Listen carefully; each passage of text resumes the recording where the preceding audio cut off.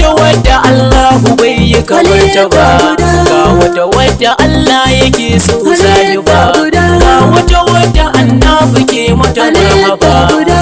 wata mai sufa kamar annabi shugaba, ga wata mai fada aji ai ba a kai ta ba, ga wata shugaba ta mata ba kulishiya, ga wata gimbiya cikakka ma'asuliya, ga wata wadda in ta zo dole a sufiya, ga wata wadda kan kyauta bu badiya, ga wata wadda Aliyu bai mata kishiya ba, fada yar gidan annabta sai ya dana na Batul shugabar mata ce, yar gidan annabta sai ya dana na Batul shugabar mata ce. Ni da farko na sa ubangiji na Allah wanda ke yi mana magani na kowace matsala, duk bukatuna shi yake biya mini jumla, kagalin fashi ma a bani sai an tace. Yar gidan annabta sai ya dana na Batul shugabar mata ce. Rabbu kara salati ga sayyidil kaunaini, katumul anbiya ya arzikin zamani, duk abin da kake so ayi maka shi ke nuni, wanda zai ceci mutum da aljanu hada itti. Yar gidan annabta sai ya dana na Batul shugabar mata ce. Alihi da sahabban shi rabu duka a sanya, wanda sai da zuwa na so muka hau bisa hanya, har muke bauta maka rabu ba jayayya, ba mu bauta ma wani rabu ko za mu mace. Yar gidan annabta sai ya dana na Batul shugabar mata ce. Rabu sa da waliyan cikin gari hada daji, kuma kai febil kaga su suke mana caji, su suka yi mana suka yi wa malamin musuraji, da himman su zanya bufati shugabar mata ce. Yar gidan annabta sai ya dana na Batul shugabar mata ce. Sallama ta a gare ki Aliya Alawiya, gashi yau ma na zo ki sani babbar hanya, baitika na taho gaban ki je zo ka biya, in tarero su gaban ki karki bar ni na kauce. Yar gidan annabta sai ya dana na Batul shugabar mata ce. Ya umai shurfa'u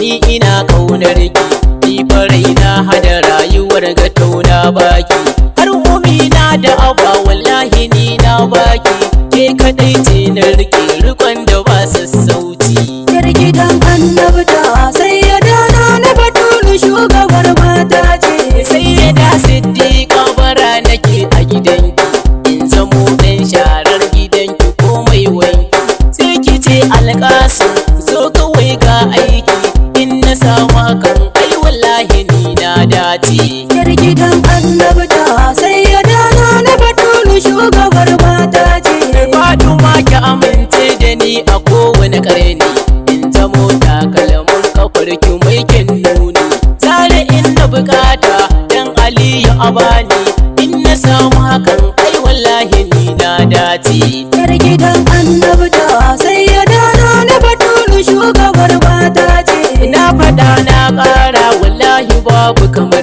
ki, dan da ke ce Allah ya ɗaura auren naki, ke da angon naki Aliyu zakin Allah, wanda ke sanyo kafurai su koma ɗaki. Yar gidan annabta sai ya dana na Batul shugabar mata ce. Ni fa kan Zahra'u ba ni tsoron mutuwa, in na ganta canza ni ce ta ƙara isowa, dan da gani a gabanta wadda ke cetowa, shi yasa ni wallahi ba ni tsoron na mace. Yar gidan annabta sai ya dana na Batul shugabar mata ce. Rayuwa ta banza gare ki ya ummina, ya rike sanki ko da zai zamo ajalina, so nake yankai ni a cikin kabarina, tambayar kabarin za ta zo cikin sassauci. Yar gidan annabta sai ya dana na Batul shugabar mata ce. Tunda na kama ki a radu ba na raki,